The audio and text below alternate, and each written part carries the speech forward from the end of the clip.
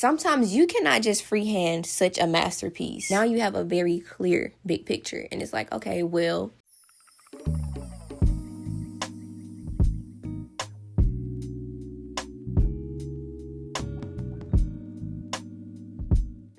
actually, I once had a friend ask me this question. I'm going to pull up my phone so I'm very specific on the question. She said, how do you deal with processing and organizing all the wants in your life? I feel like you're always are constantly aspiring for more. How do you organize this in your brain? She asked me that because she is also a very ambitious woman.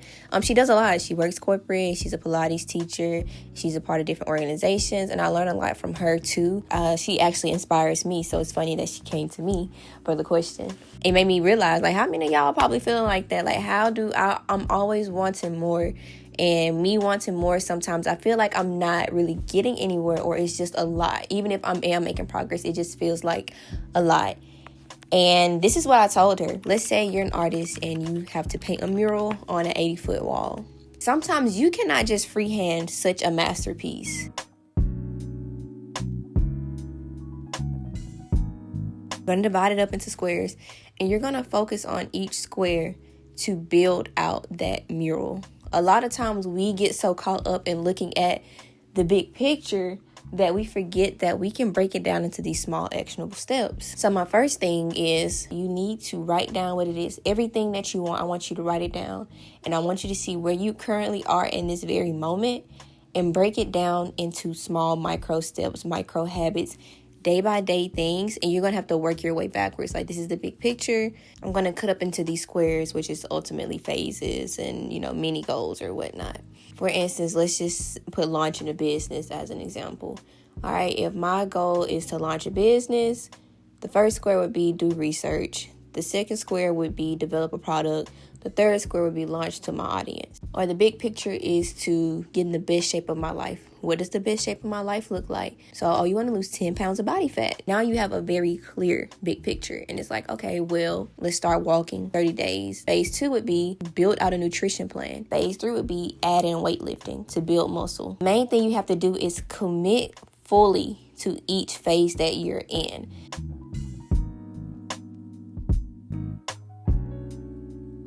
That's where a lot of times we get stuck in the plot. We lose the plot because we are so focused on, oh my gosh, like I have this really big thing that I'm working on, that you just can't really sit into this part of the process and this area of the process and just immerse yourself in it. It's so much easier to work on this part than it is to try to work a little bit here, a little bit there, a little bit here, a little bit there. And now you have a whole bunch of nothing. And when you are working on this section or this phase,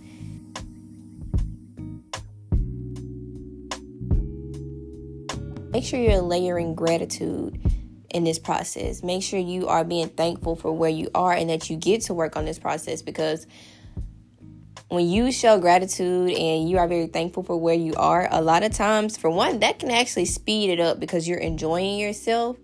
And then two, it makes you more present because all you have is now. I'm very heavy on the all I have is right now.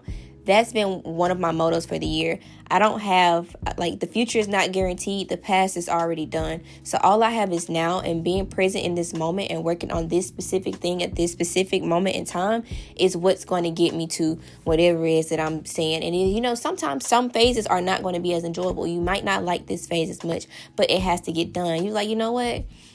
I really don't want to be doing this, but I know I could take a step back on working towards something greater, and that's even where your delayed gratitude comes in. But yes, always focus on having gratitude is so important. And I think a lot of times, we spend so much time complaining that we don't even get to really enjoy the process. And you look back on, you like, I spent all this time being miserable to get here, and I can't even enjoy it that long. But I could have had such a different perspective. I've lived a fruitful life instead of a fruitful moment, or a joyous life instead of a joyous moment.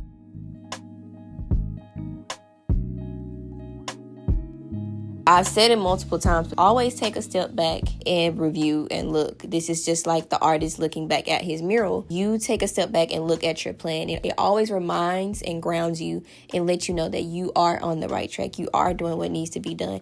And I say it now and I'll say it again. It's kind of like if you're at point A and you're looking to get to Z, you got to go through B, C, D, E, F, whatever. You got to go through all that. But you don't know how quickly you can get from B, C, D, E, F. You might struggle a little bit at J, and then you might K, L, M, N, O, P, entropy. Like, you don't know how fast the process can be. Like, God can really make up for missed time. So you have to really just sometimes, like, hey, delayed gratitude. Like, look back at the picture and like, okay, yes, this feels good, or this may suck right now. I don't know, but this is the phase that I'm in, and I know that this is a part of a bigger picture. When you understand that there is a greater good, or there's a reason for why you're doing what you're doing, you have purpose behind what you're doing, shouldn't nothing stop you. You have to keep that in mind too. There's nothing wrong with having a big picture, but some people don't know how to look at the details of the big picture. And that's really who this message is for. Because, sometimes some people's problem is they can't see the big picture. All they can see is what's in front of them. But for the ones who have a vision and you can see a big picture, and it's like a lot of times you see the big picture to the point where you can't see the details, because you do have to focus on the details. When you look at good artwork, what's the first thing people say? Oh my gosh, the details. When you look at something that's made of quality, you say, oh my gosh, the details, like, these are so good, so well thought out. They really took their time. Obviously, those squares and those little blocks matter. Doesn't mean be meticulous. It just means, you have to find that right balance for yourself. So yes, sis, keep the big picture in mind, but honor the phase, the square, the part of the process that you're in, because that is what makes the masterpiece. I hope you guys enjoyed this quick little tidbit today. I'll see you later, sis, and I love you.